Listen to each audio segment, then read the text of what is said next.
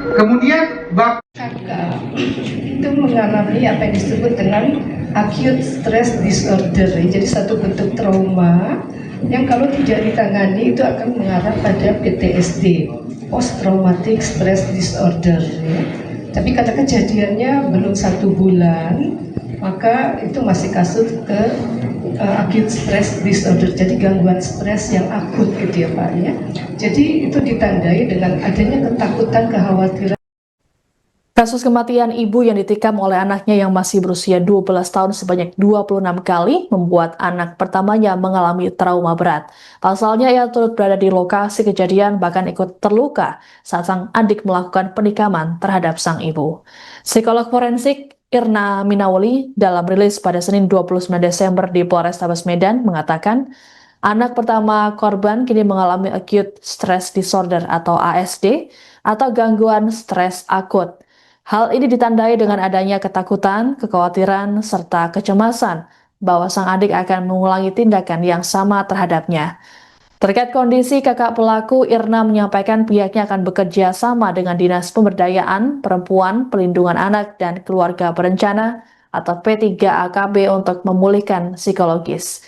Adapun saat kejadian, kakak AL yang terbangun merasa terkejut saat mendapati adiknya menikam sang ibu berkali-kali. Ia kemudian merampas pisau yang dipegang AL dan membuangnya ke kamar. Upaya ini membuatnya mengalami luka di tangan karena tersayat. Kakak AL kemudian berlari ke lantai 2 untuk membangunkan sang ayah dan memberitahukan peristiwa yang menimpa sang ibu. Aksinya kemudian diikuti oleh AL yang menyusul ke lantai 2 dan memeluk sang ayah. Ketiganya lantas turun ke lantai 1 untuk mengecek kondisi korban yang sudah bersimbah darah.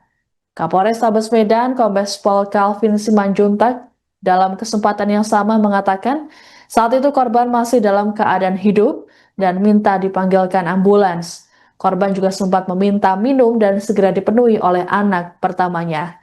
Saat ambulans tiba sekira pukul 5.40 WIB, korban dinyatakan sudah meninggal dunia. Kakak itu mengalami apa yang disebut dengan acute stress disorder, jadi satu bentuk trauma yang kalau tidak ditangani itu akan mengarah pada PTSD, post traumatic stress disorder ya. Tapi karena kejadiannya belum 1 bulan, maka itu masih kasus ke acute stress disorder, jadi gangguan stres yang akut gitu ya Pak ya. Jadi itu ditandai dengan adanya ketakutan, kekhawatiran, kecemasan bahwa adiknya juga akan mengulangi kejadian yang sama terhadap dirinya. Karena misalnya kakak merasa bahwa adiknya itu sering memendam kemarahan dan kemudian meledak menjadi satu bentuk yang tidak terkontrol demikian. Jadi itu yang terjadi pada kakak pada saat ini, sehingga dia selalu dalam kondisi cemas, was-was kalau hal itu akan terjadi lagi. Demikian Pak. Kedepannya gimana Bu? Kedepannya? Proses penyembuhannya makanya kita bekerja sama dengan Dinas PPA, P3AKB, itu selalu mendampingi anak tersebut, keduanya ya, baik adik maupun kakak. Jadi Ibu bisa menambahkan silakan. Baik, ini menambahkan kawan-kawan media bahwasanya dalam kasus ini di P3AKB itu tidak hanya menangani anaknya saja, pendampingan tidak hanya diberikan kepada anak, dalam istilahnya anak berhadapan dengan. di sini kondisi korban masih hidup dan sempat meminta panggilan ambulans. Kemudian dari kakak, korban meminta minum dan minta didudukan. Di situ diberikan oleh kakak. Kemudian bapak berusaha menghubungi rumah sakit dan bapak kakak mengangkat dan membaringkan korban ke tempat tidur. Posisi terakhir, korban dibaringkan ke tempat tidur. Dari bapak atau suaminya, bapak menghubungi rumah sakit Columbia Asia. Ambulans dari rumah sakit tersebut datang dan memeriksa korban. Ternyata korban sudah meninggal dunia. Lanjut. Nah, teman-teman, ini foto adik dan barang bukti yang digunakan. Perlu diingat, tadi di awal saya sudah kasih informasi dan pemberitahuan awal. Pada saat kejadian, adik tersebut berusia 12 tahun 37 hari, pelajar kelas 6 SD. Ini pisau pertama, pisau dapur, dan ini pisau kedua, pisau dapur. Kemudian ini bekas luka genggaman pisau tangan anak adik, dan ini adalah baju yang digunakan pada saat terjadinya tindak pidana tersebut. Lanjut. Saya akan menggambarkan skep TKP di lantai 1 dan lantai 2 karena rumahnya ada 2 lantai.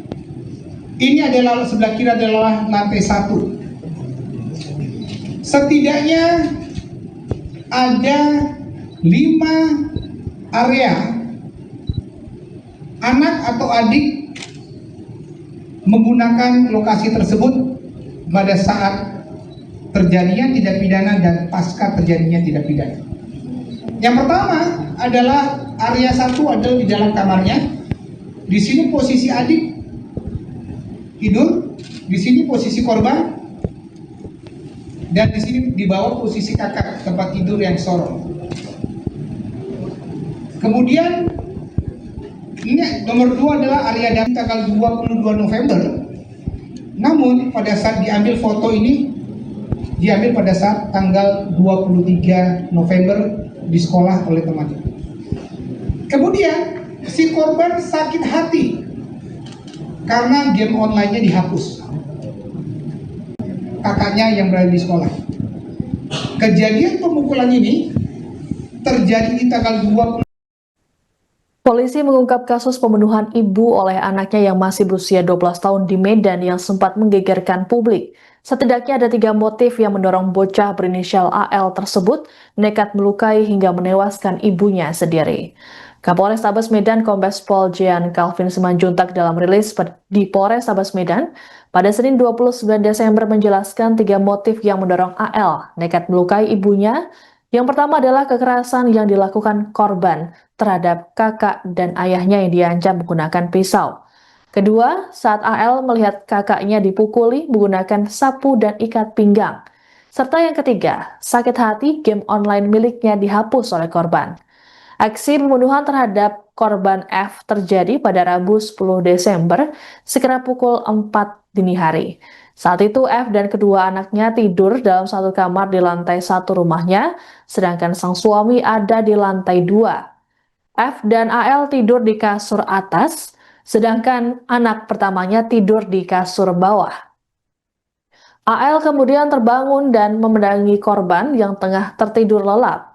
Ia kemudian mengambil pisau, membuka bajunya dan melukai korban. Total ada 26 tikaman yang dialami oleh F.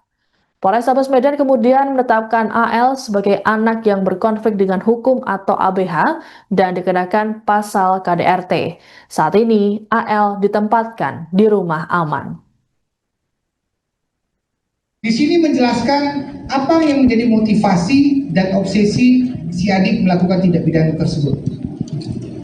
Yang pertama, melihat kekerasan yang dilakukan korban terhadap kakak, adik, dan bapaknya yang diancam menggunakan pisau. Ini dilihat oleh si adik. Kemudian melihat kakaknya, maksudnya adik melihat kakaknya yang dipukuli oleh korban menggunakan sapu dan tali pinggang. Ini adalah akibatnya bagian kaki kakak yang diambil tanggal 23 November oleh teman kakaknya yang berada di sekolah. Kejadian pemukulan ini terjadi di tanggal 22 November. Namun pada saat diambil foto ini diambil pada saat tanggal 23 November di sekolah oleh temannya. Kemudian si korban sakit hati karena game online-nya dihapus. Bagaimana obsesi si korban dalam hal melakukan tindak pidananya? Korban melihat game murder mystery pada season kills others menggunakan pisau. Makanya korban pada saat itu menggunakan pisau di dalam melakukan tindak pidananya dan menonton serial anime DC pada saat adegan pembunuhan menggunakan pisau. Di situ kita menggali sekali lagi menggunakan tools yang ada, scientific investigasi, semua faktor kita gali supaya membuat apa faktanya, motivasinya, dan terang benderang suatu tindak pidana yang terjadi. Di sini kondisi korban masih hidup dan sempat meminta panggilan ambulans. Kemudian dari kakak, korban meminta minum dan minta didudukan. Di situ diberikan oleh kakak.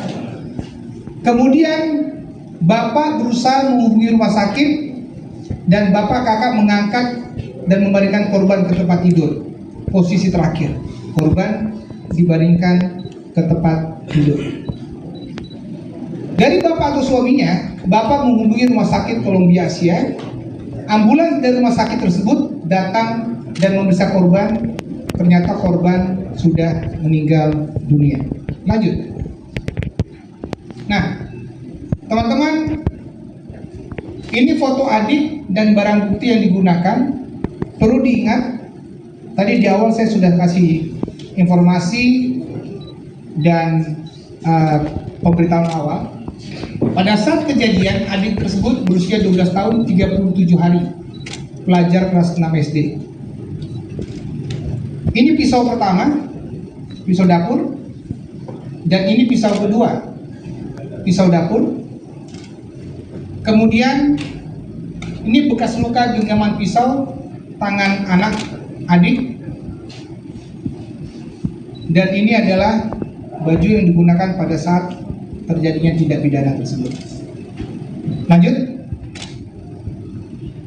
Download Tribun X sekarang, menghadirkan lokal menjadi Indonesia.